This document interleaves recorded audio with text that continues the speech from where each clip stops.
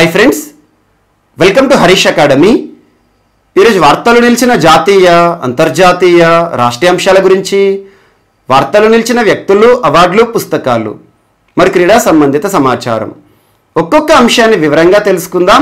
ఈరోజు మన first topic వచ్చేసి అమెరికాకి సంబంధించి USFDA, United states food and drug administration అంటున్నాను, ఆహార మరియు ఔషధ నియంత్రణ సంస్థ అనొచ్చు.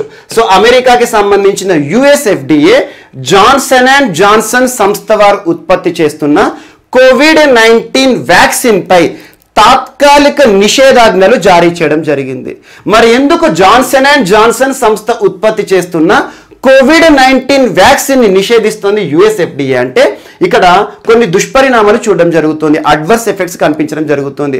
ఆల్మోస్ట్ అమెరికాలో ప్రారంభమైన వ్యాక్సినేషన్ లో భాగంగా 60 లక్షల మంది ప్రజలు, ఇప్పటి వరకు 60 లక్షల మంది ప్రజలు ఈ జాన్సన్ అండ్ జాన్సన్ వారు ఉత్పత్తి చేస్తున్న కోవిడ్-19 వ్యాక్సిన్ ని స్వీకరించడం జరిగింది. ఎవరైతే ఈ వ్యాక్సిన్ ని తీసుకున్న వారు ఉన్నారో వారిలో చాలా అడ్వర్స్ ఎఫెక్ట్స్ కనిపించడం జరుగుతుంది. అడ్వర్స్ ఎఫెక్ట్ అంటే ఏంటి? మన మెడికేషన్ లో భాగంగా ఏదైనా వ్యాక్సిన్ కానీ, టాబ్లెట్ కానీ, సిరప్ కానీ, ఇంజెక్షన్ ఏదైనా తీసుకున్నాం అనుకోండి, ఆ తర్వాత మన శరీరంలో అనుకోని పరిణామాలను గనక మనం అబ్జర్వ్ చేసామనుకోండి, అనుకోని దుష్పరిణామాలు గనక మన శరీరం చూపించింది అనుకోండి, వాటిని అడ్వర్స్ ఎఫెక్ట్స్ అంటాం. సో ఇక్కడ జాన్సన్ అండ్ జాన్సన్ సంస్థకి సంబంధించిన కోవిడ్-19 వ్యాక్సిన్ తీసుకున్న వారు ఎవరైతే ఉంటారో వారిలో కామన్ గా కనిపిస్తున్న ప్రాబ్లం ఏంటంటే మెదడు లోపల రక్తం గడ్డ కడుతుందట. So blood clots in human brain. So ఎవరైతే ఈ వ్యాక్సిన్ తీసుకున్న వారు ఉన్నారో వారిలో కనిపిస్తున్న అడ్వర్స్ ఎఫెక్ట్ ఏంటంటే మెదడు లోపల రక్తం అంతా గడ్డ కడుతుందట. మెదడు లోపల రక్తం గడ్డ కట్టిందంటే ఖచ్చితంగా చనిపోయే అవకాశాలు ఉంటాయి. సో ఇలాంటి దుష్పరిణామాలను దృష్టిలో ఉంచుకొని ఈ వ్యాక్సిన్ పైన మరిన్ని పరిశోధనలు కావాలి అని చెప్పేసి సో తాత్కాలికంగా యుఎస్ఎఫ్డిఏ నిషేధాగ్నికి గురైన ఒక వ్యాక్సిన్ ఏది అంటే జాన్సన్ అండ్ జాన్సన్ కోవిడ్-19 వ్యాక్సిన్. ఇది గుర్తుంచుకోండి. అండ్ ఇప్పటి వరకు చాలా దేశాల్లో కూడా కొన్ని వ్యాక్సిన్లు ఏవైతే ఉంటాయో దుష్పరిణామాలను చూపిస్తున్నాయి. ఇటీవలే యూరోపియన్ యూనియన్ వారు ఆస్ట్రాజెనకా సంస్థ వారు ఉత్పత్తి చేస్తున్న వ్యాక్సిన్ పైన నిషేధాజ్ఞలు జారీ చేయడం జరిగింది. ఎందుకంటే మన భారతదేశంలో కూడా చూడండి, చాలా వరకు కూడా వ్యాక్సిన్ స్వీకరించడం విషయంలో అపోహలు, అపనమ్మకాలు ఉన్నాయి. మంచి చేయకున్నా పర్లేదు కానీ ఏం చెడు జరుగుతుందో అని చెప్పేసి భయాందోళనకు గురవుతున్నారు. సో ఈ రోజు అమెరికాకి సంబంధించి జాన్సన్ అండ్ జాన్సన్ కోవిడ్-19 వ్యాక్సిన్ తీసుకున్న వాళ్ళలో కామన్ ప్రాబ్లం ఏంటంటే, మెజారిటీ ఎక్కువ మందిలో కనిపిస్తున్న కామన్ ప్రాబ్లం ఏంటంటే సో మెదడు లోపల బ్లడ్ క్లాట్ కనబడుతుందంట. So blood clots in human brain. So అందుకోసం ఈ వ్యాక్సిన్ ని తాత్కాలికంగా నిషేధిస్తోంది యుఎస్ఎఫ్డిఏ. సేమ్ యుఎస్ఎఫ్డిఏ అమెరికాలో ఎలా అయితే ఉంటుందో మన ఇండియాలో drug control general of India కూడా అలాగే ఉంటుంది. సో ఔషధ నియంత్రణ సంస్థ అంటాం కదా, ఒక్కొక్క దేశానికి ఒక్కొక్క సంస్థ ఉంటుంది అన్నట్టు. సో అలా యుఎస్ఎఫ్డిఏ ఈరోజు జాన్సన్ అండ్ జాన్సన్ కోవిడ్-19 వ్యాక్సిన్ పై నిషేధాజ్ఞలు జారీ చేస్తూ వార్తలు నిలిచింది. అండ్ నెక్స్ట్ ఈరోజు బ్రిహన్ ముంబై మున్సిపల్ కార్పొరేషన్ మరొకసారి వార్తలు నిలిచింది. ఇటీవల బ్రిహన్ ముంబై మున్సిపల్ కార్పొరేషన్ తరచూ వార్తలు నిలుస్తోంది. కొన్ని ముఖ్య అంశాలు, ఎగ్జాంపుల్, దేశంలోనే మొట్టమొదటి మున్సిపల్ కార్పొరేషన్ ట్రాఫిక్ సిగ్నల్స్ ఏవైతే ఉంటాయో ట్రాఫిక్ సిగ్నల్స్ పైన మహిళా చిహ్నాలను చూపిస్తున్న municipal corporation Brihan Mumbai municipal corporation. Common గా ట్రాఫిక్ సిగ్నల్స్ పైన వాకింగ్ సింబల్ కానివ్వండి, లేదంటే స్టాప్ సింబల్ కానివ్వండి, ఇందులో ఇప్పటి వరకు పురుషుని యొక్క సింబల్స్ కనబడేవి. అలాంటిది మహిళా చిహ్నాలను చూపిస్తున్న ఏకైక municipal corporation Brihan Mumbai municipal corporation. మరియు ఇటీవల కరోనా విపత్కర పరిస్థితుల కాలంలో ఆ ముంబై మున్సిపల్ కార్పొరేషన్ పరిధిలో విపరీతంగా కేసులు నమోదవడాన్ని దృష్టిలో ఉంచుకొని ముంబై మున్సిపల్ కార్పొరేషన్ గూగుల్ సంస్థతో ఒక ఒప్పందాన్ని కుదుర్చుకుంది.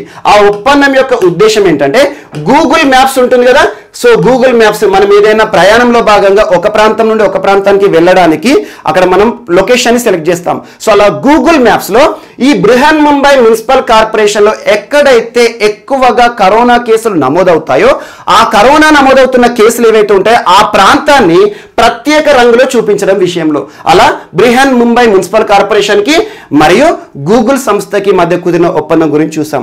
ఈ రోజు కరోనాకి సంబంధించి మరొక విషయంలో బ్రిహన్ ముంబై మున్సిపల్ కార్పొరేషన్ వార్తలు ఇచ్చింది. అదేంటంటే ఐసీయూ ఎట్ హోమ్ అంటే ఏంటి, కామన్ గా ఐసీయూ అనే వార్డు మనం ఎక్కడ చూస్తాం, హాస్పిటల్లో. ఇంటెన్సివ్ కేర్ యూనిట్ అంటాం. ఇంటెన్సివ్ కేర్ అంటే ఏంటి, అత్యధిక శ్రద్ధ చూపించాలన్నట్టు ఆ పేషెంట్ పైన. ఐసీయూలో ఒక పేషెంట్ ఉన్నాడంటే చాలా తీవ్ర పరిస్థితిలో ఉన్నట్టే. సో అలాంటి ఐసీయూ పరిస్థితులను మన ఇంటి వద్దే కల్పిస్తున్నారు బ్రిహన్ ముంబై మున్సిపల్ కార్పొరేషన్ పరిధిలో. చాలా ఇంపార్టెంట్. అంటే ఏంటంటే ప్రస్తుతం భారతదేశంలో విపరీతంగా కోవిడ్-19 కేసులు నమోదవుతున్న రాష్ట్రం ఏదంటే మనకి మహారాష్ట్ర. సో మహారాష్ట్రలో కూడా ముంబై మున్సిపల్ కార్పొరేషన్ పరిధిలో విపరీతంగా కేసులు నమోదవుతున్నాయి. ఇలాంటి పరిస్థితుల్లో వీరందరికీ కూడా సివియారిటీ ఉందనుకోండి, ఎక్కువగా హాస్పిటల్కి వెళ్ళేసి అక్కడ మెడికేషన్ తీసుకోవడం కానివ్వండి, ట్రీట్మెంట్ తీసుకోవడం కానివ్వండి, ఇలాంటివన్నీ పాసిబుల్ అవ్వట్లేదు. ఎందుకంటే ఇప్పటికే హాస్పిటల్స్ అన్ని కూడా నిండిపోయాయి. ఇలాంటి పరిస్థితుల్లో ఈ వైద్య సంబంధిత సౌకర్యాలు ఏవైతే ఉంటాయో వీటిని కోవిడ్-19 పేషెంట్స్ ఎవరైతే సివియర్ గా ప్రభావం చూపించబడుతున్న వ్యక్తులు ఎవరైతే ఉంటారో వారికి ఇంటి వద్దనే ఐసీయూ కండిషన్స్ ని ప్రొవైడ్ చేస్తున్నారు అన్నట్టు. ఐసీయూ అంటే ఏంటంటే ఇంటెన్సివ్ కేర్ యూనిట్. అంటే ఏంటంటే వారికి కావలసిన ఆక్సిజన్ కానివ్వండి, మెడికల్ గ్రేడ్ ఆక్సిజన్, మరియు వారికి కావలసిన రెమ్డెసివిర్ కానివ్వండి, డెక్సామెథజోన్ కానివ్వండి, సో బెడ్ సౌకర్యం కానివ్వండి, సో అక్కడ నర్సు కానివ్వండి, అండ్ డాక్టర్స్ ఎవరైతే ఉంటారో ఫిజిషియన్ కానివ్వండి. సో మనం కోరుకొని ఆర్డర్ చేసామనుకోండి, ఇంటి వద్దే ఐసీయూ సౌకర్యాలను ప్రొవైడ్ చేసే ఉద్దేశంలో భాగంగా ఈరోజు బృహన్ ముంబై మున్సిపల్ కార్పొరేషన్ పరిధిలో దేశంలోనే మొట్టమొదటిసారి ఐసీయూ ఎట్ హోమ్ అనే అంశం వార్తలు నిలిచింది. అంటే ఇంటి వద్దే వైద్య సౌకర్యాలు కల్పించడం, అత్యున్నత ప్రమాణాలతో కూడిన వైద్య సౌకర్యాలు. ఇటీవల భారతదేశంలోని ఏ మున్సిపల్ కార్పొరేషన్ పరిధిలో అమల్లోకి వచ్చాయంటే బ్రిహన్ ముంబై మున్సిపల్ కార్పొరేషన్. చాలా ఇంపార్టెంట్. సో వైద్య సిబ్బంది ఎవరైతే ఉంటారో పీపీయూ కోడ్స్ వేసుకొని మనకు ఇంటి వద్దే హాస్పిటల్లో ఇచ్చే అత్యున్నత ప్రమాణాలతో కూడిన ట్రీట్మెంట్ ఏదైతే ఉంటుందో వాటిని ఇవ్వడం జరుగుతుంది. ఇది ఒకటి ఇంపార్టెంట్. ఆల్మోస్ట్ 1500 to 15,000 ఛార్జ్ చేస్తున్నారట ఒక్కొక్క వ్యక్తికి పర్ డే. వారికి ఇచ్చే ఇంజెక్షన్స్ కానివ్వండి, లేదంటే వారికి వెంటిలేటర్ ప్రొవైడ్ చేశారనుకోండి, వెంటిలేటర్ ప్రొవైడ్ చేసే పరిస్థితులు ఉన్నా, లేకపోతే ఎక్మో లాంటి సౌకర్యాలు ప్రొవైడ్ చేయాలన్నా కూడా ప్రత్యేకంగా ఇంటి వద్దే ఇలాంటి సౌకర్యాలను కల్పిస్తున్నారు అన్నట్టు. And next, so Regina dialogue వార్తలు నిలిచింది. రెజినా డైలాగ్ చాలా important. So 6th Regina dialogue 13th April రోజు ప్రారంభమైంది, 16th వరకు నిర్వహించబడుతుంది. చాలా ఇంపార్టెంట్. ఈ సంవత్సరం 2021 సంవత్సరం 6th రెజినా డైలాగ్. ఎప్పుడైనా గుర్తుంచుకోండి, రెజినా అంటున్నాను. రెజినా అనే వర్డ్ ఏంటంటే భారతదేశంలో ఎక్కడ ఉంటుంది అంటే మన దేశ రాజధాని ఏంటి, ఢిల్లీ.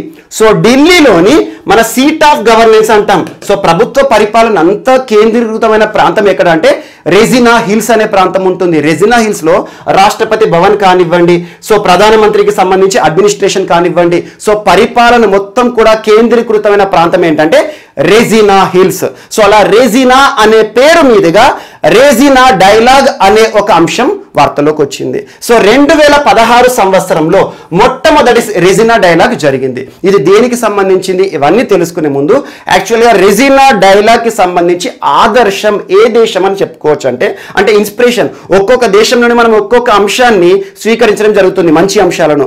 సో సింగపూర్ లో ఇప్పటికే అమలవుతున్న ఒక అంశం ఏంటంటే షాంగ్రీలా డైలాగ్. చాలా ఇంపార్టెంట్. సో షాంగ్రీలా డైలాగ్ పేరు గుర్తుంచుకోండి, షాంగ్రీలా డైలాగ్. సో భారతదేశంలో రెజినా డైలాగ్, సింగపూర్ లో షాంగ్రీలా డైలాగ్, రెండు సేమే. సో అలా సింగపూర్ లోని షాంగ్రీలా డైలాగ్ అనే ఒక అంశాన్ని ఇతివృత్తంగా స్వీకరించి మన భారత ప్రభుత్వం కూడా 2016 సంవత్సరం నుండి రెజినా డైలాగ్ ని ప్రారంభించింది. రెజినా డైలాగ్ యొక్క ఉద్దేశం ఏంటి, అసలు ఎవరి ఆధ్వర్యం నిర్వహించబడుతుంది అంటే మంత్రిత్వ శాఖ గుర్తుంచుకోండి, మినిస్ట్రీ ఆఫ్ ఎక్స్టర్నల్ అఫైర్స్, విదేశీ వ్యవహారాల మంత్రిత్వ శాఖ. ప్రస్తుతం మంత్రిగా ఎవరున్నారు, కన్సర్న్ పర్సన్ ఎవరు, Subrahmanyam Jaishankar. So ministry of external affairs పరిధిలోని ఒక థింక్ ట్యాంక్ ఫౌండేషన్, ఒక థింక్ ట్యాంక్ సంస్థ. ఆ సంస్థ పేరు గుర్తుంచుకొని చాలా important, observer research foundation. So observer research foundation అనేది ఏ మంత్రిత్వ శాఖ పరిధిలో పనిచేస్తుంది, ministry of external affairs. So ఈ సంస్థ ఆధ్వర్యంలో ప్రతి సంవత్సరం రెజినా డైలాగ్ అనే ఒక కార్యక్రమం నిర్వహణ జరుగుతుంది. అసలు రెజినా డైలాగ్ ప్రోగ్రామ్ యొక్క ఉద్దేశం ఏంటంటే విదేశీ వ్యవహారాల్లో భాగంగా, విదేశీ సంబంధాల్లో భాగంగా భారతదేశం ఎలాంటి అంశాలను అమలు చేస్తుంది, ఇవన్నీ కూడా ఈ వేదికగా ప్రధానమంత్రి నరేంద్ర మోదీ గారు ఇటీవల ప్రస్తావించడం జరిగింది. సో రెజినా డైలాగ్ని ఎవరు ప్రారంభించారంటే నరేంద్ర మోదీ గారు. చాలా ఇంపార్టెంట్. ఇందులో ఇంపార్టెంట్ ఇష్యూస్ ఏంటంటే ప్రతి సంవత్సరం కూడా ఈ రెజినా డైలాగ్ అనేది మనం వార్తలు చూస్తూ ఉంటాం. ఈ సంవత్సరం 6th ఎడిషన్. సో ఫస్ట్ ఇది ఎప్పుడు 2016. So geo political event. So geographical గా చూస్తే పొలిటికల్ ఇష్యూస్ పైన ఇందులో సంభాషించడం జరుగుతుంది. At the same time so Regina hill అనేది ఎక్కడ అంటే మనకు సీట్ ఆఫ్ ద గవర్నమెంట్ ఢిల్లీకి సంబంధించింది. And geo economics, geo politics పైన ఇతరితర దేశాలు ఏవైతే ఉంటే మన చుట్టుపక్కల దేశాలతో భారతదేశం ఎలాంటి సంబంధాలను కొనసాగిస్తుందని చెప్పేసి చిన్న చిన్న దేశాలు ఏవైతే ఉంటే మన చుట్టుపక్కల దేశాలతో విదేశీ వ్యవహారాల్లో భాగంగా భారత ప్రధాని ఈ వేదికగా ప్రస్తావించడం జరుగుతుంది. ఇదే రెజినా డైలాగ్. చాలా ఇంపార్టెంట్, గుర్తుంచుకోండి. ఇక్కడ ఎగ్జామ్లో అడిగే ప్రశ్నలు ఏంటంటే ఇటీవల వార్తలు నిలిచిన రెజినా డైలాగ్ ఎన్నవ ఎడిషన్ అంటారు? 6th edition. సో భారతదేశంలో రెజినా డైలాగ్ కి ఆదర్శమైన దేశం ఏ కార్యక్రమం అంటే ఏంటంటే షాంగ్రీలా డైలాగ్. షాంగ్రీలా డైలాగ్ అనేది ఏంటి?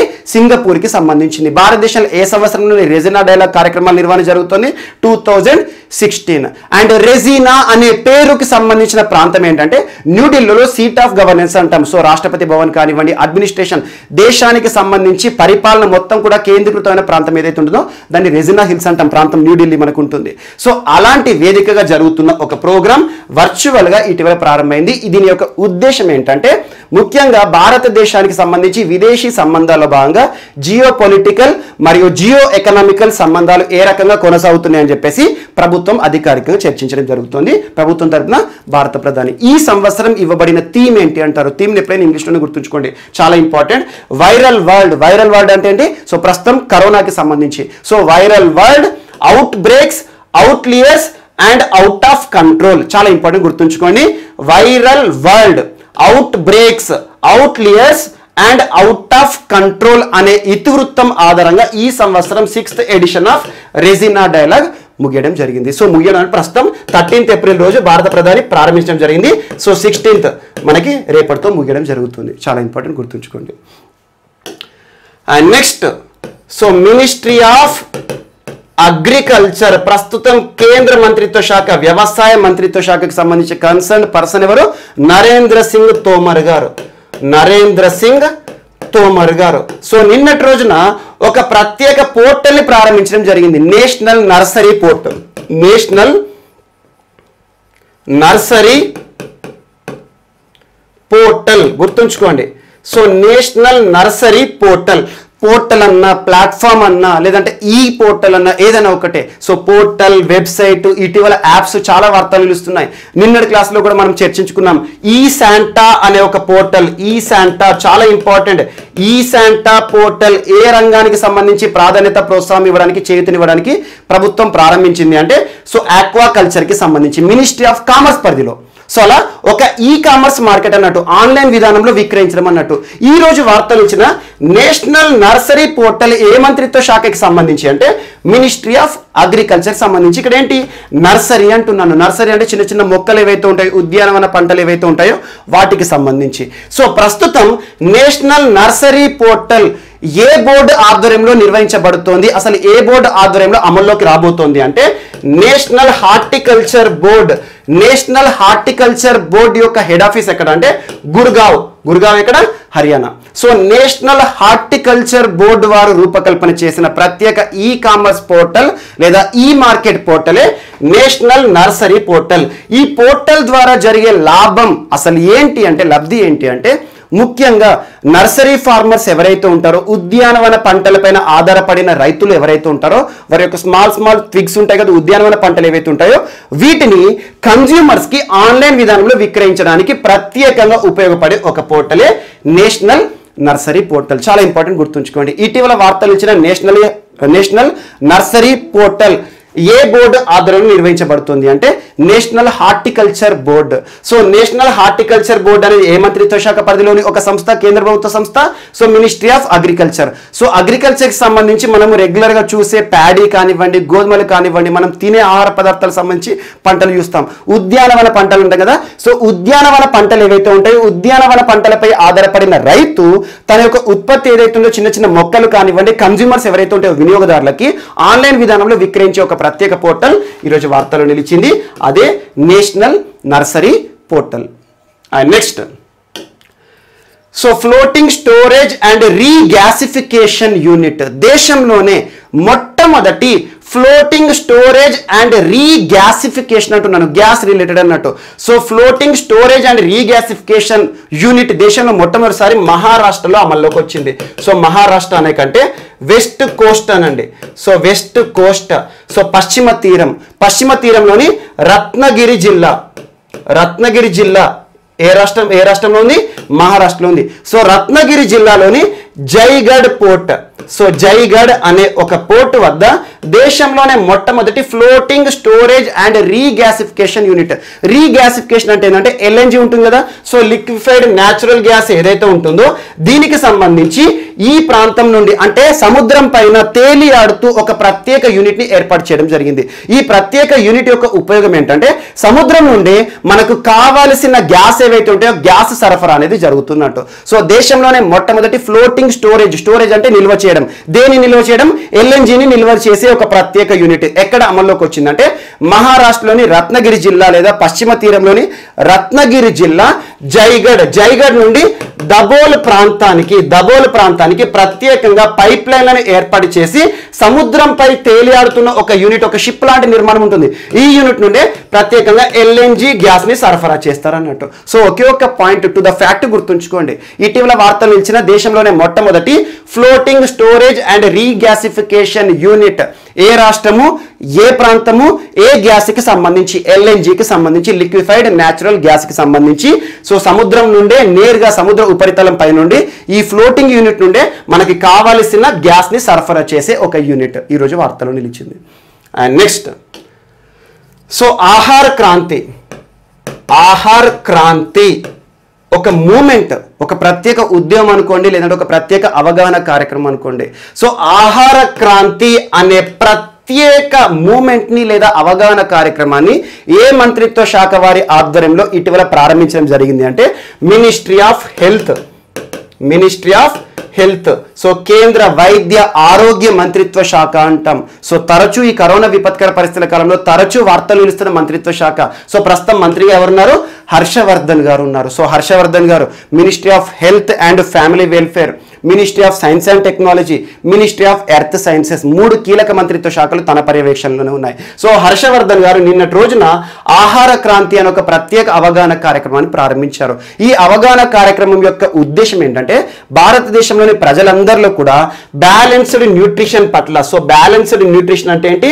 సో పోషకాహారం విషయంలో ప్రతి ఒక్క వ్యక్తికి కూడా అవగాహన కల్పించాలన్నట్టు. సో పోషకాహారాన్ని తీసుకుంటే మనకు కలిగే లాభం ఏంటి, ఎలాంటి పోషకాహారాన్ని మనం చూజ్ చేసుకోవాలి, సో బ్యాలెన్స్డ్ డైట్, మనం తీసుకునే ఆహారం ఏ రకంగా బ్యాలెన్స్గా ఉండాలి, ఇలాంటి అంశాలపైన ప్రత్యేకంగా అవగాహన కల్పించే కార్యక్రమమే ఆహార క్రాంతి. సో ఇది ఏ సంస్థ ఆధ్వర్యంలో అంటే Vigyan Bharati.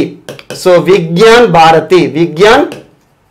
Bharati and global Indian scientists and technocrats. So GIST అనే సంస్థ గుర్తుంచుకోండి, GIST global Indian scientists and technocrats మరియు విజ్ఞాన్ భారతి ఆధ్వర్యంలో నిర్వహించబడుతున్న ప్రత్యేక అవగాహన కార్యక్రమం భారతదేశంలో పోషకాహార అవగాహన కార్యక్రమం ఇటీవల ఏ పేరుతో మినిస్ట్రీ ఆఫ్ హెల్త్ ఆధ్వర్యంలో ప్రారంభించబడింది అంటే సో ఆహార క్రాంతి పేరుతో. చాలా ఇంపార్టెంట్, గుర్తుంచుకోండి. సో భారతదేశంలో ప్రస్తుతం పోషకాహారం యొక్క ఉపయోగం అనేది కరోనా విపత్కర పరిస్థితుల కాలంలో తరచూ మనం చూస్తున్నాం.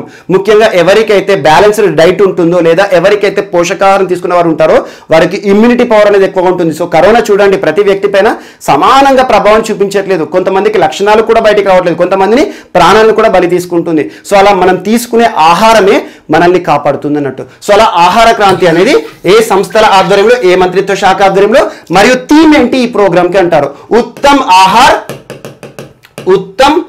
Aahar and Uttam Vichar.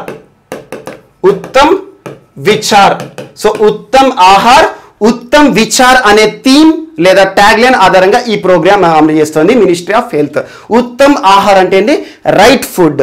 And Uttam విచార్ అంటే ఏంటి? రైట్ కాగ్నిషన్ అంటే ఏంటి? అవేర్నెస్ ఉండాలి, ప్రతి ఆహారం గురించి అవేర్నెస్ అనేది ప్రజలకు తెలిపించే ప్రత్యేక కార్యక్రమం. And next, so Poshan Gyan ఇంకొకటి వార్త నిలిచింది. సో పోషణకి సంబంధించింది పోషణ్ జ్ఞాన్ అనే ఒక ప్రత్యేక కార్యక్రమం. ఇది ఎవరికి సంబంధించింది అంటే నీతి ఆయోగ్ ఆధ్వర్యంలో. సో నీతి ఆయోగ్ ఆధ్వర్యంలో and bill and Melinda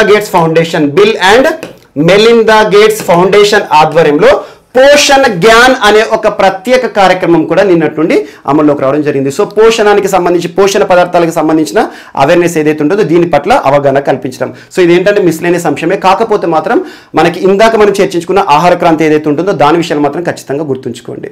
and next, so దేశంలోనే మొట్టమొదటి కేంద్రపాలిత ప్రాంతం అండ్ రాష్ట్రంగా, సో రాష్ట్రాలను తీసుకున్న, కేంద్రపాలిత ప్రాంతాలను తీసుకున్న మొట్టమొదటి ప్రాంతంగా చండీగఢ్ ఈరోజు వార్తలో నిలిచింది. సో చండీగఢ్, భారతదేశంలో చండీగఢ్ యొక్క ప్రత్యేకత ఏంటి? Grid city. So grid city, దేశంలో ఏకైక గ్రిడ్ సిటీ. మనం సింధు నాగరికత ప్రాంతంలో గ్రిడ్ ప్రాంతాలు చూసారు. మనం అర్బనైజేషన్ ఏదైతే ఉంటుందో టౌన్ ప్లానింగ్ లో భాగంగా గ్రిడ్ సిటీ చూస్తాము. అలాంటిది దేశంలో ప్రస్తుతం ఉన్న నగరాల్లో ఏకైక గ్రిడ్ సిటీ చండీగఢ్. అండ్ 2 రాష్ట్రాలకు రాజధాని కూడా పంజాబ్, హర్యానా. సో చండీగఢ్ కి సంబంధించి ప్రస్తుతం కేంద్రపాలిత ప్రాంతం కదా, లెఫ్టినెంట్ గవర్నర్ లేదా అడ్మినిస్ట్రేటర్ ఎవరు అంటారు? విపి సింగ్ బద్నోర్. పేరు గుర్తుంచుకోండి, విపి సింగ్ అని గుర్తుంచుకోండి. ఎందుకంటే కేంద్రపాలిత ప్రాంతాలు వార్తలు నిలిచి అనుకోండి, వాటి యొక్క అడ్మినిస్ట్రేటర్స్ లేదా లెఫ్టినెంట్ గవర్నర్స్ పేర్లు అనేది ఇంపార్టెంట్. రాష్ట్రాల వార్తలు నిలిస్తే ముఖ్యమంత్రులు ఇంపార్టెంట్. ఎగ్జాంపుల్, ఇటీవల మనోజ్ సిన్హా జమ్మూ కాశ్మీర్ సంబంధించి తరచూ వార్తలు నిలుస్తున్నారు. అండ్ ఆర్కే మాథుర్ గారు, రాధాకృష్ణ మాథుర్ గారు మనకు లడఖ్కి సంబంధించి, డికే జోషి మనకు అండమాన్ నికోబార్కి సంబంధించి. సో అలా అడ్మినిస్ట్రేటర్స్, కేంద్రపాలిత ప్రాంతాల్లో పరిపాలకుడు అంటాం లెఫ్టినెంట్ గవర్నర్. ప్రస్తుతం సో చండీగఢ్ అడ్మినిస్ట్రేటర్ ఎవరు? విపి సింగ్ బద్నోర్. నిన్నటి రోజున సో దేశంలోనే మొట్టమొదటిసారి సైక్లింగ్ కి సంబంధించి ఒక డ్రాఫ్ట్ సైక్లింగ్ పాలసీని లాంచ్ చేశారు. Draft cycling policy. So draft cycling policy, cycling. ఇటీవల చూడండి భారత ప్రభుత్వం కూడా అండ్ వెంకయ్యనాయుడు, ఉపరాష్ట్రపతి వెంకయ్యనాయుడు గారు కూడా సైక్లింగ్ కి సంబంధించి ప్రత్యేక అవగాహన కార్యక్రమాలతో ఇటీవల తరచూ వార్తలు నిలుస్తున్నారు. So cycles for change challenge గురించి మనం చర్చించుకున్నాం. సో ప్రస్తుతం భారతదేశంలో సైకిళ్ల పట్ల అవగాహన కల్పించాలి. సైకిల్ యొక్క ఉపయోగం ఏంటి, మనకు ఆరోగ్యపరంగా చూసుకున్నా అండ్ హెల్త్ పరంగా ఏదైనా చూసుకున్నా కూడా సైకిల్ యొక్క లబ్ధి ఏంటి, అండ్ ఇంధన వనరుల పరంగా చూసుకున్నా కూడా, ఆర్థిక పరంగా చూసుకున్నా సైకిల్ వాడడం వల్ల మల్టిపుల్ బెనిఫిట్స్ ఉన్నాయని చెప్పేసి ఉద్దేశాన్ని దృష్టిలో ఉంచుకొని so Chandigarh administrator VP Singh Badnore గారు దేశంలోనే మొట్టమొదటిసారి ఒక సైక్లింగ్ పాలసీని లాంచ్ చేశారు. ఎవరైతే ఈ కేంద్రపాలిత ప్రాంతం ఆధ్వర్యంలో ఉంటున్న ఉద్యోగులు ఉంటారో వారు వారం రోజులు సైకిల్ తీసుకొని ఆఫీస్ కనుక వెళ్ళారనుకోండి, వారికి హాఫ్ డే ఈఎల్ని కూడా శాంక్షన్ చేస్తారంట. ఎర్నడ్ లీవ్స్ అంటారు, ప్రభుత్వ ఉద్యోగులు ఈఎల్స్ అంటారు. ఎర్నడ్ లీవ్ అంటే ఏంటంటే వారికి ప్రత్యేకంగా వేతనం ఇవ్వడం జరుగుతుంది అన్నట్టు, ఈఎల్స్ ఉంటాయి వారికి. సో అలా హాఫ్ డే ఎర్నడ్ లీవ్. ఎవరైతే ప్రభుత్వ ఉద్యోగి వారం రోజులు సైకిల్ను ఉపయోగించి కార్యాలయానికి వెళ్తారో సో వారికి ఎర్నడ్ లీవ్స్ ఇవ్వడం, మరియు సైకిల్కి సంబంధించి ప్రత్యేక షెడ్లను, పార్కింగ్ షెడ్లను ఏర్పాటు చేయడం. ఎందుకంటే మనం ఎక్కడికైనా వెళ్ళినప్పుడు అక్కడ సైకిల్కి సంబంధించి పార్కింగ్ ఇచ్చారనుకోండి, ఆటోమేటిక్గా ఏ ప్రాంతానికి వెళ్ళినా కూడా ముందుగా మనం చూసే పార్కింగ్. సో సైకిల్కి సంబంధించి ప్రత్యేకంగా రాష్ట్ర ప్రభుత్వం లేదా ఈ కేంద్రపాలిత ప్రాంతానికి సంబంధించి అవగాహన కార్యక్రమాన్ని ప్రజల్లోకి తీసుకువెళ్లే, సైకిల్ పట్ల ప్రజలందరినీ కూడా ఆకర్షితం చేసే మొట్టమొదటి సైకిల్ పాలసీని విడుదల చేసిన కేంద్రపాలిత ప్రాంతం లేదా రాష్ట్రం ఏదంటే చండీగఢ్. సో ఇటీవల ఇలాంటి అంశాలు తరచూ చూస్తున్న మొట్టమొదటి పాలసీ అని చెప్పేసి బీహార్ రాష్ట్రం మొట్టమొదటి రాష్ట్రం, ఇథనాల్ పాలసీని విడుదల చేసిన మొట్టమొదటి రాష్ట్రం దేశంలోనే. మరి ఇటీవల కర్ణాటక రాష్ట్రం ఇంజనీరింగ్ R&D పాలసీని లాంచ్ చేసిన మొట్టమొదటి భారతదేశ రాష్ట్రం. ఈ రోజు చండీగఢ్ కేంద్రపాలిత ప్రాంతం భారతదేశంలోనే మొట్టమొదటిసారి ఒక సైకిల్ పాలసీ, సైకిళ్ల విధానాన్ని ఆవిష్కరిస్తూ వార్తలు నిలిచింది. చాలా ఇంపార్టెంట్. సో సైకిళ్ల పట్ల ప్రజలందరికీ కూడా అవగాహన కల్పిస్తూ దీని యొక్క బెనిఫిట్స్ వల్ల మనం ఎలాంటి లాభాలు పొందుతామని చెప్పి చెప్పడం అన్నట్టు. And next, so Jammu Kashmir ఈరోజు వార్తలు ఇచ్చింది. జమ్మూ కాశ్మీర్ కేంద్రపాలిత ప్రాంతం. సో ప్రధానమంత్రి గ్రామ సడక్ యోజనకి సంబంధించి జమ్మూ కాశ్మీర్ దేశంలో ఒక ప్రతిష్టాత్మక పురస్కారం గెలుచుకుంది. అదేంటంటే మనందరికీ తెలుసు, ప్రధానమంత్రి గ్రామ సడక్ యోజన 2000 సంవత్సరం నుండి అమల్లోకి వచ్చింది. 2000 సంవత్సరం డిసెంబర్ 25వ తేదీ. సో డిసెంబర్ 25వ తేదీ మనకు చాలా ఇంపార్టెంట్, వాజ్పేయి గారి బర్త్డే. సో డిసెంబర్ 25వ తేదీ 2000 సంవత్సరం నుండి ప్రధానమంత్రి గ్రామ సడక్ యోజన, గ్రామాల్లో సడక్ ని ఏర్పాటు చేయడం. సో గ్రామీణ ప్రాంతాల్లో రోడ్లను నిర్మించే ఒక ప్రత్యేక కేంద్ర ప్రభుత్వ కార్యక్రమం అంటే ప్రధానమంత్రి గ్రామ సడక్ యోజన. ఇందులో భాగంగా భారతదేశంలో జమ్మూ కాశ్మీర్ గడిచిన ఆర్థిక సంవత్సరంలో 2020-2021 ఆర్థిక సంవత్సరం అంటున్నాను, అంటే ఏప్రిల్ 1 నుండి మార్చ్ 31 అన్నట్టు 2020-2021 మధ్య కాలంలో కేవలం సంవత్సరంలోనే 560.63 కిలోమీటర్లు నిర్మించడం జరిగింది. గ్రామీణ ప్రాంతాల్లో కనెక్టివిటీని ఏర్పాటు చేయడం ద్వారా. సో ప్రధానమంత్రి గ్రామ సడక్ యోజనలో అద్భుత పనితీరు ప్రదర్శించిన రాష్ట్రం లేదా కేంద్ర పాలిత ప్రాంతాల్లో జమ్మూ కాశ్మీర్ వార్తల్లో నిలిచింది. ఇదొకటి ఇంపార్టెంట్. అండ్ నెక్స్ట్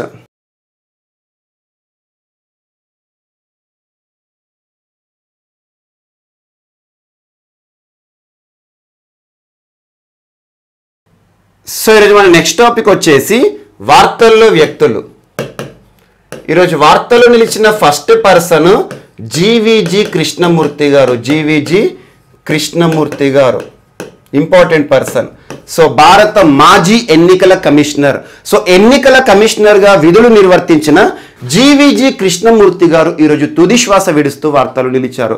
1993 సంవత్సరంలో భారత ఎన్నికల సంఘంలో ఎన్నికల కమిషనర్గా విధులు నిర్వర్తించిన వ్యక్తి. చాలా ఇంపార్టెంట్, గుర్తుంచుకోండి. భారత ఎన్నికల సంఘం అంటున్నాను, కేంద్ర ఎన్నికల సంఘం, election commission of India. According to which article? Article 324. So తరచూ వార్తలు నిలుస్తున్న రాజ్యాంగబద్ధ సంస్థ, కాన్స్టిట్యూషనల్ బాడీ కాబట్టి ఖచ్చితంగా ఆర్టికల్ గుర్తుంచుకోండి. ఎగ్జాక్ట్లీ 2 days బ్యాక్ కేంద్ర ఎన్నికల సంఘం లేదా ఎలక్షన్ కమిషన్ ఆఫ్ ఇండియాకి సంబంధించి నూతన ప్రధాన ఎన్నికల కమిషనర్గా సుశీల్ చంద్ర గారు నియమితులవుతూ వార్తలు నిలిచారు. సో ఎన్నికల ప్రధాన కమిషనర్ అంటున్నాను, ఎవరు? సుశీల్ చంద్ర గారు. కానీ ఇక్కడ గుర్తుంచుకోండి కీవర్డ్ ఎన్నికల కమిషనర్ మాత్రమే. సో ప్రధాన కమిషనర్ కాదు, ఎందుకంటే ఎన్నికల సంఘంలో 1+2 పర్సన్స్ ఉంటారు. సో ఒక ప్రధాన ఎన్నికల కమిషనర్ అండ్ 2 ఎన్నికల కమిషనర్లు ఉంటారు. సో అలా భారత ఎన్నికల సంఘంలో ఎన్నికల కమిషనర్గా 1993 ఇయర్లో విధులు నిర్వర్తించిన జీవీజీ కృష్ణమూర్తి గారు ఇటీవల అనారోగ్య సమస్యలతో బాధపడుతూ ఈరోజు తుది శ్వాస విడుస్తూ వార్తలు నిలిచారు. అండ్ గుర్తుంచుకోండి, న్యాయశాస్త్రంలో కూడా తనకంటూ ప్రత్యేక గుర్తింపు ఉన్న వ్యక్తి జీవీజీ కృష్ణమూర్తి గారు. సో భారత న్యాయ సేవా విభాగంలో కీలక పాత్ర పోషించిన వ్యక్తి మరియు భారత మాజీ ఎన్నికల కమిషనర్ జీవీజీ కృష్ణమూర్తి గారు ఈరోజు మరణిస్తూ వార్తలు నిలిచారు. సో రానున్న పోటీ పరీక్షల్లో నేరుగా ఒకే ఒక ప్రశ్న అడిగే అవకాశం ఉంది. ఇటీవల మరణించిన జీవీజీ కృష్ణమూర్తి గారు ఏ రాజ్యాంగబద్ధ సంస్థలో కీలక పాత్ర పోషించడం జరిగింది అంటారు. సో భారత ఎన్నికల సంఘం. సో రాజ్యాంగబద్ధ సంస్థ according to article 324. And next so Yogesh Praveen గారు. యోగేష్ ప్రవీణ్ గారు పేరు గుర్తుంచుకోండి, ఇంపార్టెంట్ పర్సన్. ప్రముఖ చరిత్రకారుడు, హిస్టోరియన్, ప్రముఖ చరిత్రకారుడు అండ్ ఆథర్, రచయిత. చాలా పుస్తకాలను రాశాడు. సో యూపీ రాష్ట్రానికి సంబంధించిన వ్యక్తి, ఉత్తరప్రదేశ్ రాష్ట్రానికి సంబంధించిన వ్యక్తి. సో లక్నోలో నివాసం ఉంటున్నారు. సో తనకు ఒక బిరుదు కూడా ఉంది, encyclopedia of Awadh and Lucknow. Awadh and Lucknow. So ఈ సెంటెన్స్ గుర్తుంచుకోండి. ఇటీవల వార్తలు నిలిచిన వ్యక్తి encyclopedia of Awadh and Lucknow గా గుర్తింపు పొందిన వ్యక్తి మరణించడం జరిగింది. తన పేరేంటి అంటారు రానున్న పోటీ పరీక్షలో? ఏంటి? యోగేష్ ప్రవీణ్ గారు. సో ఉత్తరప్రదేశ్ రాష్ట్రానికి సంబంధించిన వ్యక్తి, ప్రముఖ చరిత్రకారుడు. సో చరిత్రకి సంబంధించి తనకంటూ ప్రత్యేక గుర్తింపు దేశంలోనే కాదు ప్రపంచవ్యాప్తంగా గుర్తింపు పొందిన వ్యక్తి. తన ప్రతిభను గుర్తించి భారత ప్రభుత్వం కూడా పద్మశ్రీ పురస్కారాన్ని ఇచ్చి సత్కరించడం జరిగింది 2019 సంవత్సరంలో. So important person Padmashri Yogesh Praveen గారు ఈరోజు మరణిస్తూ వార్తలు నిలిచారు. అండ్ చరిత్రకి సంబంధించి, ఇండియన్ హిస్టరీకి సంబంధించి చాలా పుస్తకాలు రాశారు.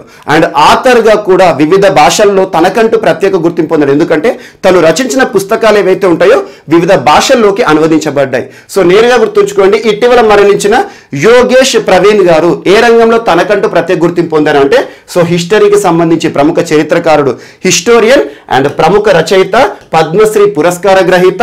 సో ఈ బిరుదు గుర్తుంచుకోండి, encyclopedia of Awadh and Lucknow అంటున్నాను. ఎన్సైక్లోపీడియా అంటే ఏంటి? మనకి ఇంట్లో ఒక పుస్తకం ఉంటుంది, ఎన్సైక్లోపీడియా అనే పుస్తకం. చూడండి, మనకు ఏ సమాచారం కావాలన్నా కూడా ఆ పుస్తకంలో ఎంతో కొంత సమాచారం అయితే దొరుకుతుంది. అంటే సంథింగ్ ఆఫ్ ఎవ్రీథింగ్ అంటాం. సో అలా ఎన్సైక్లోపీడియా అంటే అన్ని విషయాలు తెలిసిన ఒక పుస్తకం అన్నట్టు. సో అలా encyclopedia of Awadh and Lucknow అంటే ఏంటంటే అవధ్ ప్రాంతానికి సంబంధించి, లక్నోకి సంబంధించి ప్రతి ఒక్క విషయం తెలిసిన వ్యక్తిగా తనకు గుర్తింపు ఉంది. సో అలాంటి ఒక వ్యక్తి ఇటీవల అనారోగ్య సమస్యల బారిన పడి మరణించడం జరిగింది, పద్మశ్రీ యోగేష్ ప్రవీణ్ గారు. And next so Siddhartha Singh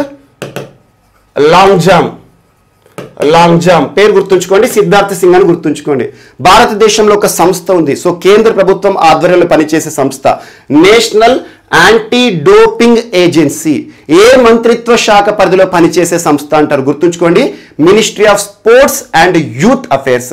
ప్రస్తుతం కేంద్ర క్రీడలు అండ్ యువజన వ్యవహారాల మంత్రిత్వ శాఖకి మంత్రిగా ఎవరున్నారు? కిరణ్ రిజిజు గారు. చాలా ఇంపార్టెంట్ మినిస్ట్రీ. ఇటీవల తరచు మనం చూస్తున్నాం.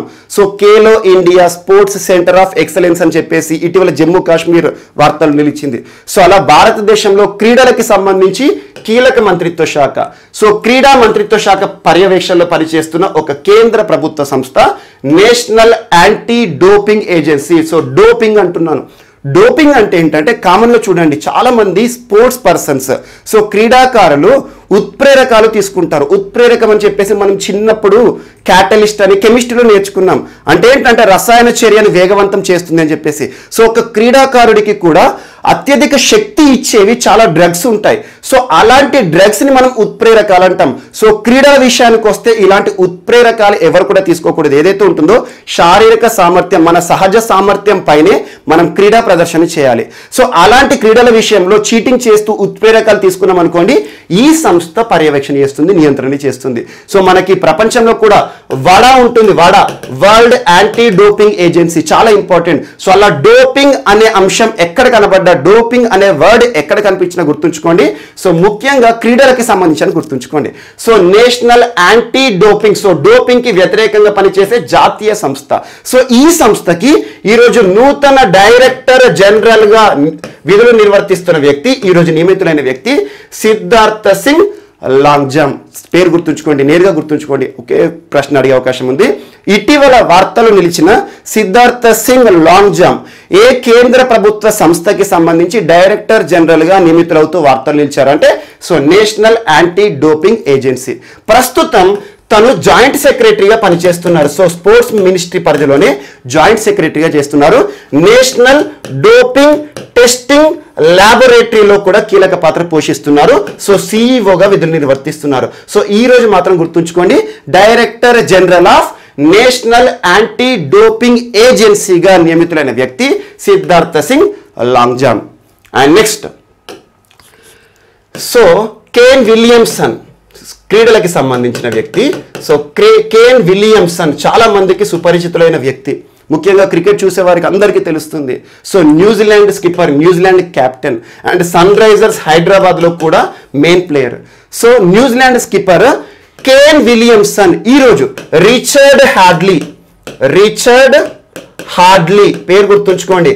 రిచర్డ్ హార్డ్లీ అనే వ్యక్తి ఎవరు అంటే న్యూజిలాండ్ మాజీ క్రికెట్ దిగ్గజం. సో న్యూజిలాండ్ మాజీ క్రికెట్ దిగ్గజం పేరు ఏదైతే రిచర్డ్ హార్డ్లీ ఉన్నాడో, సో తన జ్ఞాపకార్థం ప్రతి సంవత్సరం కూడా న్యూజిలాండ్ క్రికెట్ బోర్డు వారు ఒక మెడల్ని ప్రదానం చేస్తారు. అంటే అద్భుత ప్రతిభ చూపించిన క్రీడాకారుడు. సో ఏ క్రీడకి సంబంధించి? ఇతను క్రికెటర్ కాబట్టి సో క్రికెట్కి సంబంధించి సో న్యూజిలాండ్ క్రికెట్లో అద్భుత ప్రతిభ చూపించిన వ్యక్తి ఎవరైతే ఉంటారో, క్రీడాకారుడు ఎవరైతే ఉంటారో, ప్రతి సంవత్సరం రిచర్డ్ హార్డ్లీ మెడల్ని ఇస్తుంది న్యూజిలాండ్ క్రికెట్ బోర్డు, అంటే న్యూజిలాండ్కి సంబంధించిన క్రికెట్ సంస్థ. సో ఈ రోజు ఈ రిచర్డ్ హార్డ్లీ మెడల్ని గెలుచుకొని మరొకసారి వార్తలు నిలిచాడు కేన్ విలియమ్సన్. సో గడిచిన 6 సంవత్సరాల్లో 4 సార్లు ఈ మెడల్ని ఈ వ్యక్తే గెలుచుకోవడం జరిగింది. చాలా ఇంపార్టెంట్, గుర్తుంచుకోండి. So Kane Williamson Richard Hadlee medal గెలుచుకొని ఈరోజు వార్తలు నిలిచారు. సో రిచర్డ్ హార్డ్లీ అనే వ్యక్తి ఎవరు అంటే న్యూజిలాండ్ చరిత్రలో తనకంటూ ప్రత్యేక గుర్తింపు పొందిన ఒక క్రికెట్ దిగ్గజం, మాజీ క్రికెట్ దిగ్గజం. తన పేరిట ఇచ్చే మెడల్ గెలుచుకున్న క్రీడాకారుడు ఎవరంటే కేన్ విలియమ్సన్. సో న్యూజిలాండ్కి సంబంధించి న్యూజిలాండ్ క్రీడా జట్టు, క్రికెట్ క్రీడా జట్టు అంటేనే స్పిరిట్ ఆఫ్ క్రికెట్ గుర్తుకు రావాలి. చాలా వరకు కూడా చూడండి, న్యూజిలాండ్ ఒక డీసెంట్ టీం, ఎలాంటి చీటింగ్ కానీ స్లెడ్జింగ్ కానీ చేయకుండా అద్భుతంగా ఆడే ఒక జట్టు. దాదాపు ప్లేయర్స్ ఎవరైతే ఉంటారో 11 మెంబర్స్ కూడా ఆల్రౌండర్సే ఉంటారు. సో అలాంటి ఒక జట్టుకు ప్రస్తుత captain, New Zealand captain Kane Williamson Richard Hadlee medal గెలుచుకొని వార్తలు నిలిచింది. అండ్ ఇటీవల క్రికెట్కి సంబంధించి కూడా చాలా మెడల్స్ మనం చూస్తున్నాం. ప్రతిష్టాత్మక జానీ ములగ్ మెడల్ అనగానే మనకు అజింక్య రహానే గుర్తుకు రావాలి. సో ములగ్ ఎవరు? ఆస్ట్రేలియాకి సంబంధించి ఆది మానవుల జట్టు కెప్టెన్. సో అలాంటి ఒక వ్యక్తి పేరిట ఇచ్చే ఒక ములగ్ మెడల్ ఏదైతే ఉంటుందో, మొట్టమొదటి అండ్ ఏకైక ములగ్ మెడల్ గెలుచుకున్న క్రీడాకారుడు ఎవరు అంటే మనకి అజింక్య రహానే. చాలా ఇంపార్టెంట్. భారత టెస్ట్ జట్టుకి తాత్కాలిక కెప్టెన్ గా ఆస్ట్రేలియాలో విధులు నిర్వర్తించిన వ్యక్తి. సో ఇలాంటివి ఖచ్చితంగా చూడండి. సో క్రికెట్ కి సంబంధించి రానున్న పోటీ పరీక్షల్లో డెఫినెట్లీ 1 or 2 క్వశ్చన్స్ అడుగుతారు. ఎందుకంటే ప్రస్తుతం క్రికెట్ కి సంబంధించిన సమాచారమే ఎక్కువగా ఉంది. కరోనా విపత్కర పరిస్థితుల కాలంలో కూడా చూడండి, ప్రస్తుతం IPL 14th ఎడిషన్ కూడా ప్రారంభమైంది. సో IPL కి సంబంధించిన ప్రశ్నలు కానివ్వండి, అండ్ భారతదేశంలో సూపర్లేటివ్స్ ఏవైతే ఉంటాయో, ఎగ్జాంపుల్ భారతదేశంలో అతిపెద్ద క్రికెట్ స్టేడియం, భారతదేశంలోనే కాదు ప్రపంచంలోనే అతిపెద్ద క్రికెట్ స్టేడియం మనకు నరేంద్ర మోదీ స్టేడియం, మొతెరా స్టేడియం అంటాం, గుజరాత్, అహ్మదాబాద్. సో ఇలాంటి వాటిపైన ప్రత్యేక శ్రద్ధ చూపండి. వీటితో పాటు హాకీ కానివ్వండి, హాకీకి సంబంధించి కూడా భారతదేశంలోని అతిపెద్ద హాకీ స్టేడియం ఏ రాష్ట్రంలో? ఒడిషా రాష్ట్రంలో నిర్మితమవుతుంది, రూర్కెలా పట్టణంలో. సో ఇలాంటి అంశాలు క్రీడల విషయానికి వస్తే ప్రత్యేకంగా చూడండి. అండ్ నెక్స్ట్, సో క్రీడలకి సంబంధించి ఈరోజు ఒక హోస్ట్ వార్తలు నిలిచింది. హోస్ట్ అంటే ఆతిథ్య నగరం. సో ఆతిథ్య నగరం పేరేంటంటే సెవిల్లా. సెవిల్లా అనే నగరం ఏ దేశంలో ఉంది అంటారు? సో స్పెయిన్ లో ఉంది. స్పానిష్ సిటీ, స్పెయిన్ లో ఉంది. సో స్పానిష్ సిటీ అంటారు. స్పానిష్ అంటే ఏంటి? స్పెయిన్ లో మాట్లాడే భాష. సో స్పానిష్ సిటీ అయిన సెవిల్లా. సో సెవిల్లా అనే నగరంలో రానున్న క్రీడలకి సంబంధించి ఒక ప్రతిష్టాత్మక వేడుక జరగబోతోంది. ఆ వేడుక ఏంటంటే Laureus world sports awards. So Laureus world sports awards చాలా important. So world sports awards అంటున్నాను. ప్రపంచ క్రీడా పురస్కారాల వేదిక ఈ సంవత్సరం రానున్న మే 6వ తేదీన వర్చువల్ గా నిర్వహించబోతున్న నగరం ఏది అంటే సెవిల్లా. చాలా ఇంపార్టెంట్. చాలా వరకు కూడా చూడండి, వివిధ క్రీడలకి సంబంధించి రఫెల్ నాదల్ లాస్ట్ టైం గెలుచుకోవడం జరిగింది. సో అద్భుత క్రీడాకారుడు అని చెప్పేసి వివిధ క్రీడల్లో అద్భుత ప్రతిభ చూపించిన క్రీడాకారులు ఎవరైతే ఉంటారో వారికి ఈ వేదికగా పురస్కారాలు ఇవ్వడం జరుగుతుంది. సో ఈ సంవత్సరం వరల్డ్ స్పోర్ట్స్ అవార్డ్స్ వేదికగా వార్తలు నిలిచిన సిటీ ఏది అంటారు? అదొకటి గుర్తుంచుకోండి, సెవిల్లా. సెవిల్లా అనే సిటీ ఇటీవల వార్తలు నిలిచింది. ఏ కంట్రీలో ఉంది అంటారు? సో స్పెయిన్ లో ఉంది. చాలా important, European city. So Spain లో ఉంది. సో రానున్న మే 6వ తేదీన 22వ వరల్డ్ స్పోర్ట్స్ అవార్డ్స్ వేదిక సెవిల్లా. ఇది ఒకటి గుర్తుంచుకోండి, చాలా ఇంపార్టెంట్. సో ఈసారి వర్చువల్ గా నిర్వహించబోతున్నారు. వర్చువల్ గా అంటే ఏంటి? ప్రస్తుతం కరోనా విపత్కర పరిస్థితుల కాలంలో ప్రపంచమంతా మరొకసారి స్తంభించిపోతుంది. సో ఈ పెరుగుతున్న కేసెస్ దృష్టిలో ఉంచుకొని అంతర్జాతీయ విమానాశ్రయాలపైన కూడా ఇటీవల ఆంక్షలు విధిస్తూ చాలా దేశాల వార్తలు నిలుస్తున్నాయి. న్యూజిలాండే కానివ్వండి, ఫ్రాన్సే కానివ్వండి. సో ఇలాంటి పరిస్థితుల్లో ఈ సంవత్సరం లారియస్ వరల్డ్ స్పోర్ట్స్ అవార్డ్స్ కూడా వర్చువల్ గానే జరగబోతున్నాయి. సో వేదిక మాత్రం సెవిల్లా వేదిక. అక్కడ ఎవరైతే ఉంటారో వీడియో కాన్ఫరెన్స్ ద్వారా ఈ అవార్డ్స్ ని పురస్కారం ఏవైతే ఉంటాయో పురస్కార గ్రహీతలకు ఇవ్వడం జరుగుతుంది. చాలా ఇంపార్టెంట్.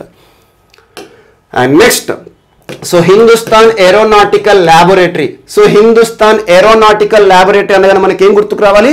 భారతదేశ వైమానిక రంగంలో కీలక మ్యానుఫ్యాక్చరింగ్ సంస్థ. సో వైమానిక రంగానికి సంబంధించిన ఒక సంస్థ. సో హిందుస్థాన్ ఏరోనాటికల్ ల్యాబొరేటరీ ఈరోజు ఒక పురస్కారాన్ని గెలుచుకోవడం జరిగింది. ఏ సంస్థ నుండి అంటారు? చాలా ఇంపార్టెంట్, గుర్తుంచుకోండి.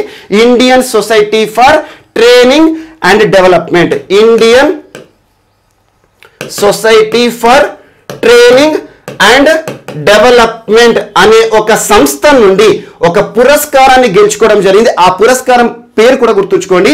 సో ఇన్నోవేటివ్ ట్రైనింగ్ ప్రాక్టీసెస్ కి సంబంధించి.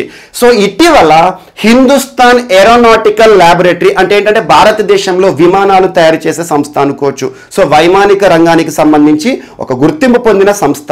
సో హిందుస్థాన్ ఏరోనాటికల్ ల్యాబొరేటరీ వారు చేస్తున్న ప్రాక్టీసెస్ ఏవైతే ఉంటాయో, ఇన్నోవేటివ్ మెథడ్స్ ఏవైతే ఉంటాయో, నవకల్పనలు ఏవైతే ఉంటాయో అందుకు కాను ఈ సంవత్సరానికి 38th నేషనల్ అవార్డు గెలుచుకోవడం జరిగింది. ఏ సంస్థ నుండి అంటారు? Indian society for training and development. ఈ సంస్థ యొక్క హెడ్ క్వార్టర్ ఎక్కడ అంటే న్యూఢిల్లీ. సో న్యూఢిల్లీ కేంద్రంగా పనిచేస్తున్న ఒక సంస్థ Indian society for training and development నుండి ఒక ప్రతిష్టాత్మక పురస్కారం ఇన్నోవేటివ్ ఐడియాస్ కి గాను పొందిన సంస్థ ఏది అంటే హిందుస్థాన్ ఏరోనాటికల్ ల్యాబొరేటరీ. చాలా important. And next, so Venkaiah Naidu గారు ఆవిష్కరించిన ఒక పోస్టేజ్ స్టాంప్ వార్తలు నిలిచింది. పోస్టల్ స్టాంప్ అంటాం మనం, తపాలా స్టాంప్ అంటాం కదా. సో ఎవరికి సంబంధించిందని గుర్తుంచుకోండి, పేరు గుర్తుంచుకోండి. తను ఎవరంటే రాజ్యోగిని దాది జానకి. రాజ్యోగిని దాది జానకి. సో రాజయోగిని దాది జానకి గారి పేరిట ఒక పోస్టల్ స్టాంప్ ని ఇటీవల భారత ఉపరాష్ట్రపతి వెంకయ్య నాయుడు గారు ఆవిష్కరించడం జరిగింది. సో బ్రహ్మకుమారీస్ అనే పదం మనం తరచు వింటూ ఉంటాం. సో వైట్ సారీస్ ధరించి శాంతి ప్రబోధనలు చేస్తారు, చాలా వరకు కూడా ఒక పీస్ఫుల్ స్పీచెస్ ఇస్తారు. సో కుమారీస్ అంటున్నాను. సో వీరెవరైతే ఉంటారో మాక్సిమం అందరు కూడా విమెనే. సో విమెన్ సంబంధిత ఒక ఆర్గనైజేషన్ ఏదైతే ఉంటుందో బ్రహ్మకుమారికి సంబంధించి మాజీ చీఫ్ తను. సో రాజయోగిని దాది జానకి తన స్మారకార్థం ఇటీవల ఏప్రిల్ 12వ తేదీన భారత ఉపరాష్ట్రపతి వెంకయ్య నాయుడు గారు ఒక పోస్టల్ స్టాంప్ ని ఆవిష్కరించడం జరిగింది. సో 500 అంటే 5 రూపీస్ పోస్టల్ స్టాంప్ అని గుర్తుంచుకోండి, చాలా ఇంపార్టెంట్. అండ్ ఇటీవల వెంకయ్య నాయుడు గారు ఆవిష్కరించిన పుస్తకాల గురించి కానివ్వండి, తను ఆవిష్కరించిన ప్రముఖ పత్రికల గురించి కానివ్వండి, చాలా పుస్తకాలు కూడా ఆవిష్కరించారు. ఇటీవల సుపరిపాలన పుస్తకం కానివ్వండి, అండ్ అగ్రికల్చర్ ఇన్ ఇండియా అనే ఒక మోహన్ కంద ఐఏఎస్ గారు రాసిన పుస్తకం కానివ్వండి. సో ఇలాంటి పుస్తకాలపై మరి Neelima Rani, so my mother my hero అనే ఒక పుస్తకం కానివ్వండి, ఇలాంటి పుస్తకాలపైన ప్రత్యేక శ్రద్ధ చూపండి. ఎందుకంటే వెంకయ్య నాయుడు గారు స్వయాన తనే ఒక రచయిత, ఒక గొప్ప వక్త, ఆరేటర్. సో వివిధ రంగాల్లో గుర్తింపు పొందిన భారత ఉపరాష్ట్రపతి కాబట్టి సో తను ఆవిష్కరించిన పోస్టేజ్ స్టాంప్ ఈరోజు వార్తలు ఇచ్చారు. ఎలా అడుగుతారు రానున్న పోటీ పరీక్షలు అంటే, ఇటీవల బ్రహ్మకుమార్కి సంబంధించి ఒక ప్రముఖ వ్యక్తి పేరిట భారత ఉపరాష్ట్రపతి వెంకయ్య నాయుడు గారు ఒక పోస్టల్ స్టాంప్ ని ఆవిష్కరించడం జరిగింది. ఆ బ్రహ్మకుమారి పేరేంటి అంటారు. సో రాజయోగిని దాది జానకి పేరు గుర్తుంచుకోండి. సో చాలా మంది ప్రముఖుల జ్ఞాపకార్థం ఇటీవల మనము ఈ పోస్టేజ్ స్టాంప్ ఆవిష్కరణ కార్యక్రమాలు చూస్తున్నాం. భారత ప్రధాని గారు ఆవిష్కరించిన మనకు గ్వాలియర్ రాజమాత పోస్టేజ్ స్టాంప్ కానివ్వండి, ఇలాంటి వాటిపైన ప్రత్యేక శ్రద్ధ చూపండి. అండ్ నెక్స్ట్, సో ఈరోజు సంజయ్ బారు గారు వార్తలు నిలిచారు. సంజయ బారు, సో ప్రముఖ ఆథర్, చాలా ఇంపార్టెంట్ పేరు. యాక్చువల్గా సంజయ్ బారు గారి పుస్తకాలు చాలా అద్భుతంగా ఉంటాయి. ముఖ్యంగా చూడండి, భారత మాజీ ప్రధాని మన్మోహన్ సింగ్ గారి జ్ఞాపకార్థం లేదా తనకు సంబంధించి ఒక పుస్తకం రాశారు. సో మన్మోహన్ సింగ్ గారి బయోగ్రఫీ అనుకోవచ్చు. ది యాక్సిడెంటల్ ప్రైమ్ మినిస్టర్ అనే ఒక పుస్తక రచయిత సంజయ్ బారు గారు ఈ రోజు ఒక పుస్తకాన్ని, నూతన పుస్తకాన్ని మన ముందుకు తీసుకురావడం జరిగింది. ఈ పుస్తకం యొక్క పేరు గుర్తుంచుకోండి, నేరుగా ఎగ్జామ్లో ఇదే ప్రశ్న అడుగుతారు. పుస్తకం పేరు ఏంటంటే India's power elite class caste and cultural revolution. So నేరుగా గుర్తుంచుకోండి, India's power elite caste class and cultural revolution. ఈ పుస్తకం దేనికి సంబంధించి అంటే ఇందులో ఉన్న ఇతివృత్తం ఏంటి, అసలు ఇందులో పొందుపరచబడిన అంశాలు ఏంటంటే 2014 సంవత్సరం భారతదేశ ఎన్నికల్లో జరిగిన మార్పు ఏంటి. సో ముఖ్యంగా ఎన్డీఏ ప్రభుత్వం అధికారంలోకి వచ్చింది. అప్పటి వరకు కూడా భారతదేశంలోని వివిధ ప్రాంతాల్లో బీజేపీకి గుర్తింపు లేదు, చాలా ప్రాంతాల్లో కూడా బీజేపీకి ఓటు బ్యాంకు లేదు. అలాంటిది 2014 సంవత్సరంలో అసలు బీజేపీకి గుర్తింపు లేని ప్రాంతాల్లో కూడా ఎలాంటి ప్రభంజనం సృష్టించడం జరిగింది, ఏ రకంగా ఓట్లు పొందడం జరిగింది. దీనికి కారణం నరేంద్ర మోదీ గారు. సో నరేంద్ర మోదీ గారి చరిష్మా గురించి కానివ్వండి, నరేంద్ర మోదీ గారికి సంబంధించి ఎన్నికల్లో జరిగిన విప్లవం కానివ్వండి, సో ఏ రకంగా నరేంద్ర మోదీ గారు ప్రైమ్ మినిస్టర్ గా ఎన్నిక కావడం జరిగింది. సో ప్రైమ్ మినిస్టర్ అయిన తర్వాత భారతదేశంలో జరుగుతున్న అభివృద్ధి కార్యక్రమాలు ఏంటి, మార్పులేంటి, ఇలాంటి అన్ని అంశాలను కూడా క్రోడీకరిస్తూ రాయబడిన ఒక పుస్తకం సంజయ్ బారు గారు రాసిన ఒక నూతన పుస్తకం వార్తలు ఇచ్చింది. India's power elite class caste and cultural revolution. భారతదేశంలో కల్చర్ పరంగా ఎలాంటి మార్పులు వస్తున్నాయి, ఇలాంటి అన్ని అంశాలు కూడా ఈ పుస్తకంలో పొందుపరిచారు. అండ్ గుర్తుంచుకోండి, సంజయ్ బారు పేరు గుర్తుంచుకోండి. ది యాక్సిడెంటల్ ప్రైమ్ మినిస్టర్ అనే ఒక పుస్తక రచయిత, ప్రపంచవ్యాప్తంగా గుర్తింపు పొందిన ఒక ప్రముఖ పుస్తకం. ది యాక్సిడెంటల్ ప్రైమ్ మినిస్టర్ ఎవరికి సంబంధించి, యాక్సిడెంట్ గా ప్రైమ్ మినిస్టర్ అయ్యారు అన్నట్టు, అనుకోకుండా ఒక ప్రధానమంత్రిగా అయిన వ్యక్తి అని చెప్పేసి మన్మోహన్ సింగ్ గారి గురించి రాసిన పుస్తకం తనదే. సో ఈరోజు నూతన పుస్తకంతో మన ముందుకు రావడం జరిగింది. సో ఇవి ఈరోజు వార్తలో నిలిచిన ముఖ్య అంశాలు. మిస్లేనియస్ అంశాలు మనం మిగిలిపోతే మాత్రం మనం రేపటి క్లాస్లో యాడ్ చేసుకొని నేర్చుకుందాం. రేపు కలుద్దాం. Thank you.